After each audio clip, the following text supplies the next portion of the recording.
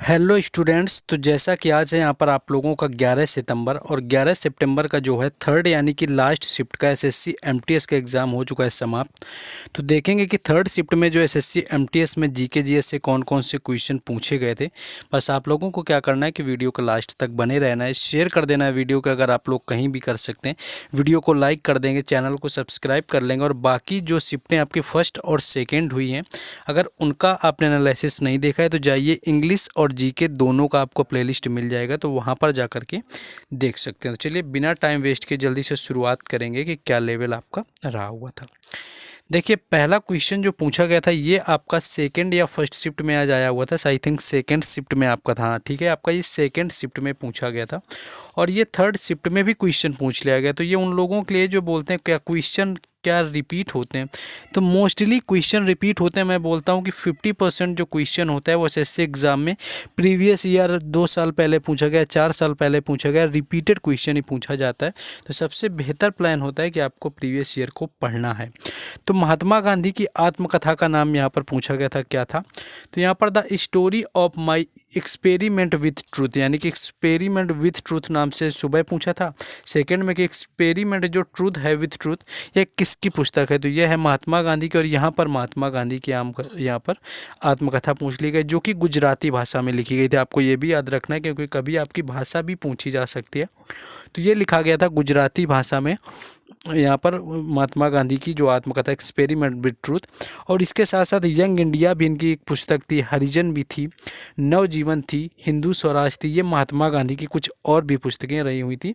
और 1903 में इन्होंने इंडियन ओपिनियन नाम से एक पत्रिका भी दक्षिण अफ्रीका में निकाली थी, तो वो भी आपको याद रखना है। नेक्स्ट आगे बढ़ जाएंगे। नेक्स्ट देखेंगे कि ये क्वेश्चन हमने एक दिन करवाया था आपको प्रैक्टिस सेट के अंतर्गत, जब आपको करवा रहे थे पीवाईक्यू सेशन, कि जो पहला आम चुनाव है वो किस वर्ष हुआ था। देखिए पहले अगर आम चुनाव की बात करी जाए कि वो किस वर्ष हुआ, तो ये आपका 1900 यहाँ पर 57 आपका दिया हुआ था, जो कि आपका जो पहला आम चुनाव है वो आपका 1957 में हुआ था।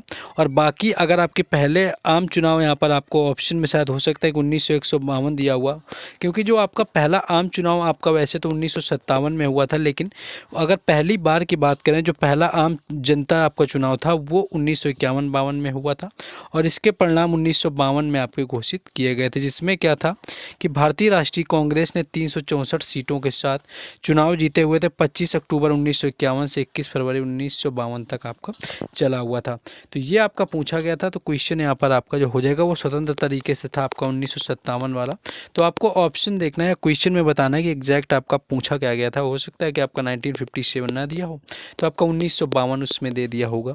तो ये क्वेश्चन जो है आपका पूछा गया था। बाकी जैसे ही क्वेश्चन कंफर्म होते हैं तो आपको जब पीडीएफ दी जाती है तो उसमें क्या होता है कि पीडीएफ में आपको सारे क्वेश्चन कंफर्म करके विद एक्स्ट्रा फैक्ट लगा करके आपको दे दिए जाते हैं। और पीडीएफ जो मिलती है वो आपके टेलीग्राम चैनल और व्हाट्सएप ग्रुप पर, जिसके लिंक आपको डिस्क्रिप्शन में दिए गए हैं, तो वहाँ से आपको जुड़ जाना है।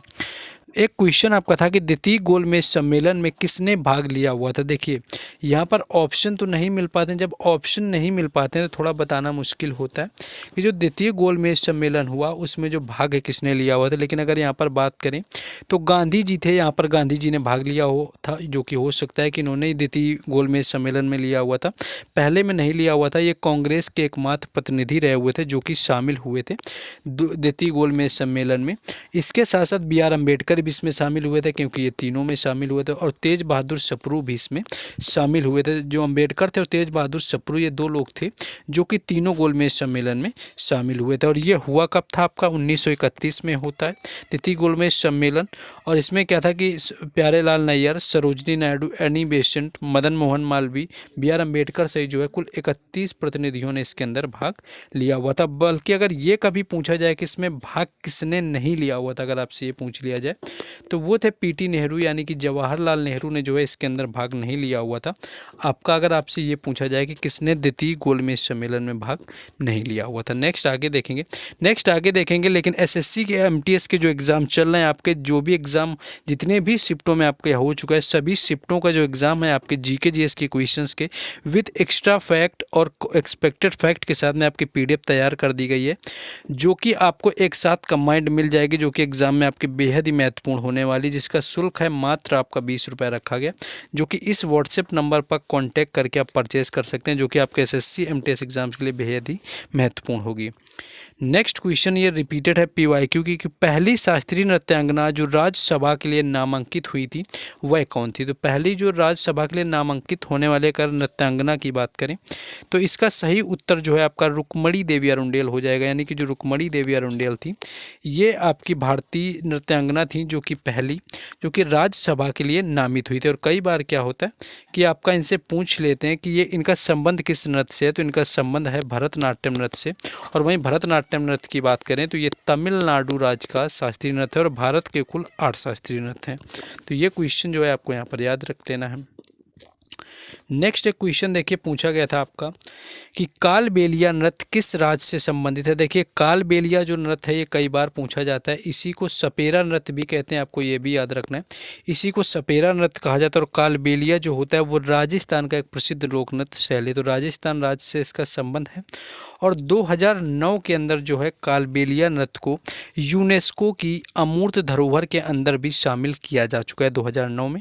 और इसके साथ साथ एक नाम होता है जो कई बार पूछा जाता है, इससे संबंधित है गुलाबो सपेरा। ये नाम कई बार पूछ लिया जाता है कि इनका जो संबंध है वो किस नृत्य से है, तो उनका संबंध जो है वो भी कालबेलिया नृत्य से, राजस्थान का नृत्य है, सपेरा जनजाति के द्वारा किया जाता है। और 2009 में इसको यूनेस्को के अमूर्त धरोहर में शामिल कर लिया गया था। तो ये क्वेश्चन आपको सारे फैक्ट यहाँ से याद रखने हैं।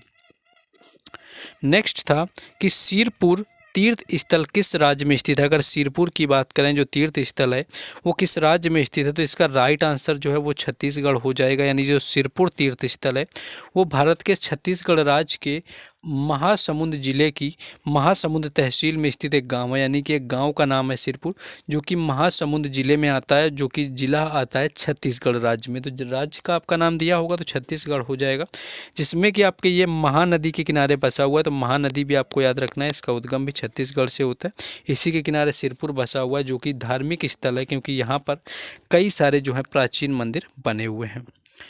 नेक्स्ट क्वेश्चन है कि 2023 में ICC वर्ल्ड टेस्ट चैंपियनशिप का फाइनल कहाँ पर हुआ था। अगर इसकी बात करें तो जो फाइनल हुआ था इसमें जो खेलने वाली टीम थी उसमें इंडिया और ऑस्ट्रेलिया, यानी कि इंडिया थी, यानी जिसको अब भारत बोल रहे हैं सब लोग, और एक था ऑस्ट्रेलिया, जिसके बीच जो है फाइनल मैच खेला गया था। और फाइनल मैच की बात करें कि ये हुआ कहाँ था, तो ये लंदन के आपके केनिंगटन ओवल में खेला गया था। यानी कि लंदन का आपका जो है केनिंगटन ओवल यहाँ पर स्टेडियम है, जिसके अंदर टेस्ट चैंपियनशिप 2023 का भारत और ऑस्ट्रेलिया के बीच में टेस्ट चैंपियनशिप का जो फाइनल मैच है वो खेला गया था। तो ये आपको याद रखना है।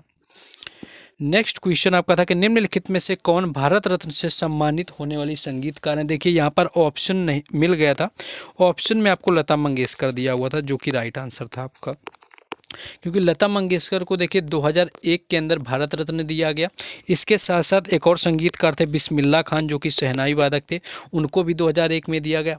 पहला जो संगीतकार था जिसे कि भारत रत्न मिला उन्हें मिला 1998 में, जो कि कर्नाटक की गायिका MS सुब्बुलक्ष्मी थी। उसके बाद 1999 में पंडित रविशंकर को मिलता है। 2009 के अंदर जो मिलता है वो भीमसेन जोशी को मिलता है। कल ये सारी चीज़ें बताई थी।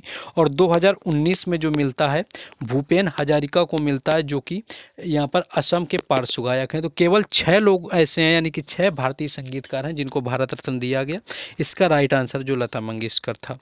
नेक्स्ट क्वेश्चन था कि अंतर्राष्ट्रीय शांति दिवस किसके द्वारा मनाने की घोषणा की गई थी। अगर इसकी बात करें तो अंतर्राष्ट्रीय शांति दिवस की स्थापना 1901 आपका 81 यानी कि 1981 में संयुक्त राष्ट्र महासभा के द्वारा इसकी घोषणा की गई थी। यानी संयुक्त राष्ट्र महासभा ने घोषणा करी थी कि 1981 में कि आपका अंतर्राष्ट्रीय शांति दिवस मनाएगा। और 1981 में संयुक्त राष्ट्र ने संघ ने दुनिया भर में अंतर्राष्ट्रीय शांति दिवस मनाने की घोषणा की हुई थी। तो ये आपका जो है पहली बार आपका 1982 में मनाया गया था। नेक्स्ट क्वेश्चन है कि कैल्शियम हाइड्रोजन का अन्य नाम क्या होता है। देखिए कैल्शियम हाइड्रोक्साइड की बात करें तो यह एक अकार्बनिक आपका यौगिक होता है जिसका जो अणुसूत्र आपका होता है CaOH का होल ट्वाइस होता है, जिसे कि बुझा हुआ चूना भी आपका बोला जाता है। तो कैल्शियम हाइड्रोक्साइड आपका पूछा गया था, जिसे बुझा हुआ चूना भी आपका कहा जाता है।